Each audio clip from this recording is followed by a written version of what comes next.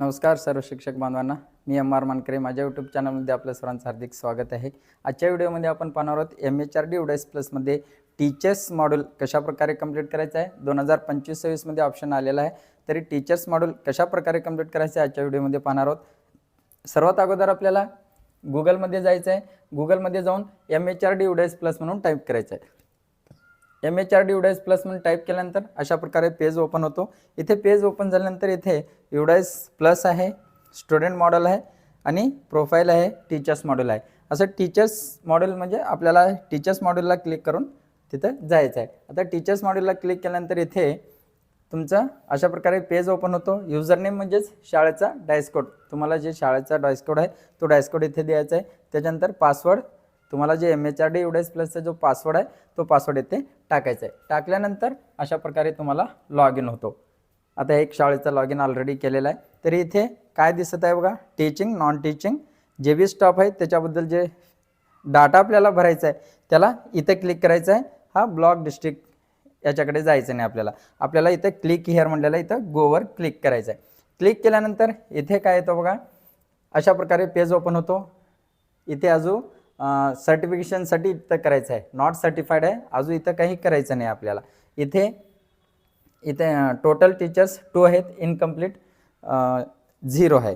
त्याच्यासाठी आता आपल्याला काय करायचं आहे, इथं टोटल टीचर्स त्याच्यावर जे 2 म्हणून दिलेलं आहे त्याच्यावर क्लिक करायचं आहे. क्लिक केल्यानंतर अशा प्रकारे टीचर्सचा डाटा इथं ओपन होतो. ओपन झाल्यानंतर इथे जे रेड मार्क दिसत आहेत अपडेट हे ग्रीन मार्क झाले पाहिजे, तरच त्यांचा डाटा कंप्लीट झाले म्हणून समजायचं. आता इथे काय आहे बघा, जनरल प्रोफाईल आहे, अपॉइंटमेंट अँड टीचिंग प्रोफाईल आहे आणि ट्रेनिंग अँड अदर डिटेल आहे. हे संपूर्ण माहिती आपल्याला केअरफुली भरायचं आहे. सर्वात अगोदर आपण जनरल प्रोफाईलमध्ये क्लिक करूया. जनरल प्रोफाईलमध्ये क्लिक केल्यानंतर इथे हा त्यांचा जेही माहिती आहे ते माहिती आपल्याला इथे ओपन होते, सर्व प्रकारे ओपन होते. ओपन झाल्यानंतर काही आपल्याला जर चेंज करायचे नसेल, ही सर्व माहिती बरोबर असेल तर इथे कशावर क्लिक करायचं आहे, अपडेटवर क्लिक करायचं आहे. अपडेट झाला तो नंतर ऑटोमॅटिक सेकंड पेजवर येतो. सेकंड पेजवर आल्यानंतर इथे काय आहे, तुमची जी माहिती आहे ती तर अपॉइंटमेंट जे माहिती आहे त्याच्याबद्दल सर्व माहिती इथं दिलेलं आहे. याच्यामध्ये सुद्धा काही जर चेंजेस नसेल तर पुन्हा तुम्ही अपडेटवर क्लिक करायचं आहे, अपडेट होतो. आता येथे आणखी तुमचे ट्रेनिंगबद्दल माहिती दिलेलं आहे. ट्रेनिंगबद्दल काही नवीन असेल तर येथे ॲड करायचं आहे. नाही मला माझे सर्व माहिती ओके आहेत म्हटलं तर पुन्हा आपल्याला अपडेटवर क्लिक करायचं आहे. अशा प्रकारे ह्या शिक्षकांची पूर्ण माहिती आपण जर चेंजेस करायचे असेल तर चेंजेस करा, नाही तर अपडेट करा आले, हे अशा प्रकारे ग्रीन मार्क होतो. हा संपला, टीचर्सची पूर्ण माहिती संपली एका टीचर्सची. इथे काही नाही, आपल्याला त्याच्यामध्ये जाऊन त्याच्या पूर्णपणे माहिती आपल्याला फीड करायचं आहे. पुन्हा सेम तसंच दुसऱ्या टीचरची general profile, appointment and teaching, training याच्या संपूर्ण टीचरचे तुमच्या स्कूलमध्ये किती आहेत तेवढ्या टीचरची माहिती आपल्याला भरायचं आहे. ही झाली माहिती भरणे. त्याच्यानंतर आपल्याला कुण्या टीचरची जर माहिती नसेल, तुमच्या जर याच्यामध्ये डाटा जर माहिती नसेल तर काय करायचं आहे, ॲड टीचिंग स्टॉपमध्ये जायचं आहे. इथे तुम्हाला ॲड टीचिंग स्टॉप दिसत आहे. ॲड टीचिंग स्टॉपमध्ये जाऊन इथे तुम्हाला detail general profile, teaching profile आणि ट्रेनिंगबद्दल माहिती भरायचं आहे. ॲड जनरल प्रोफाईलमध्ये काय काय आहे, इथे नेम, टीचरचं नाव भरायचं आहे. इथे gender, date of birth, staff code जर असेल तर STS मध्ये भेटतं तुम्हाला स्टाफ कोड, जर नसेल तर घालू नका, ते काही विचार नाही. आपल्याला सोशल कॅटेगरी आहे, त्यांचं क्वालिफिकेशन हायेस्ट अकॅडमिक क्वालिफिकेशन विचारलेलं आहे. नंतर डिग्री कोणती असेल, हायेस्ट प्रोफेशनल क्वालिफिकेशन जर असेल.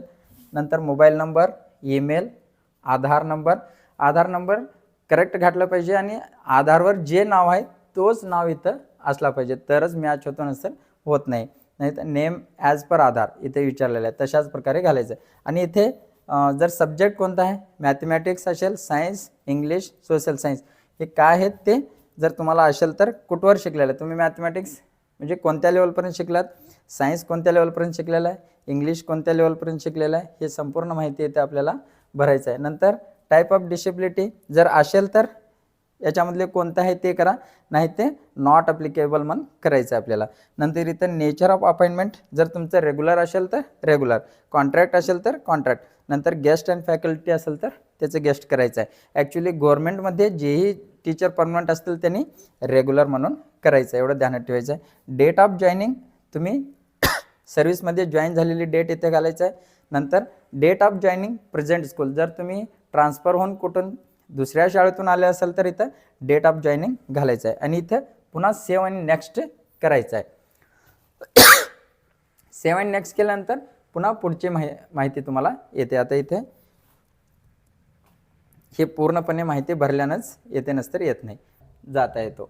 मग पुन्हा आणि अपॉइंटमेंट अँड टीचिंगमध्ये जायचं आहे. ट्रेनिंग अँड अदर्स हे सर्व माहिती भरल्यानंतर आपल्याला संपूर्ण त्या टीचर्स डाटा ॲड होतो. हे झाल्यानंतर पुन्हा एक ऑप्शन आहे लेफ्ट. जर शिक्षक, कोणता शिक्षक जर बदली होऊन गेला असेल तर त्याला या स्कूल लॉग इनमधून बाहेर काढायचं आहे आणि दुसऱ्या स्कूल लॉग इनमध्ये इन करायचं आहे. तर या स्कूल लॉग इनमधून आउट करण्यासाठी इथं पुढे ऑप्शन दिसत आहे लेफ्ट स्कूल म्हणून. लक्षात ठेवा, या टीचर्सचा डाटा पूर्णपणे कंप्लीट करून हे अपडेट केल्यानंतरच लेफ्ट स्कूल म्हणून करायचं आहे, अन्यथा करायचं नाही. तर डाटा कंप्लीट करून लेफ्ट स्कूल करायचं आहे आणि त्या टीचरचा जो हा नंबर आहे म्हणजेच नॅशनल कोड आहे, हे खूप जरुरी आहे. नॅशनल कोड असणे जरुरी आहे. हा नॅशनल कोड पुन्हा त्या स्कूलमध्ये इन करते वेळेस, इम्पोर्ट मॉडेलमध्ये जाते वेळेस तिथे कसे इन करायचं आहे बघा. इम्पोर्ट, जर कोणी जर आपल्या शाळेमध्ये जर बाहेरून आला असेल तर जो आत्ता मी म्हणलेला आहे ते नॅशनल कोड, तो नॅशनल कोड इथे घालायचा आहे. त्या शिक्षकाचा डेट ऑफ बर्थ घालायचा आहे, गो घालायचा आहे.